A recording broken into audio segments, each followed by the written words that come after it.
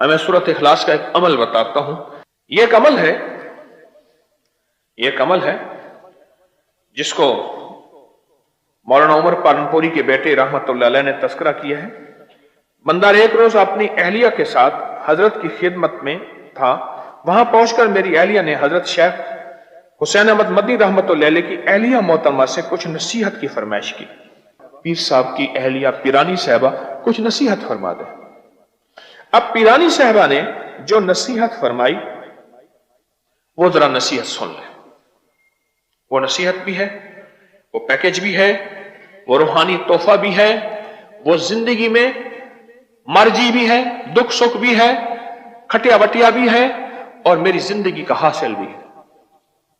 وہ نصیحت سن لیں ذرا جو اتنی بڑی ہستی کی مرشد کی اہلیہ محترمہ نے نصیحت کی تھی. وہ نصیحت سن لیں. وہ نصیحت یہ تھی کہ 2 رکعت نماز صلاۃ الحاجت پڑھو.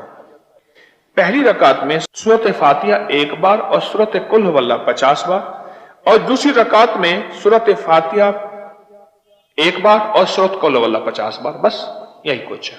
یعنی کل 100 دفعہ سورۃ قل هو اللہ پڑھنی ہے. باقی حاصل یہی ہے.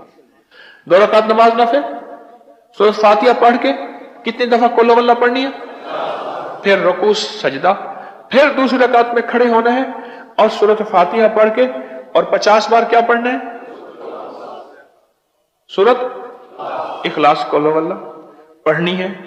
اور پھر سلام کے بعد اللہ سے اپنی حاجت کا سوال کریں.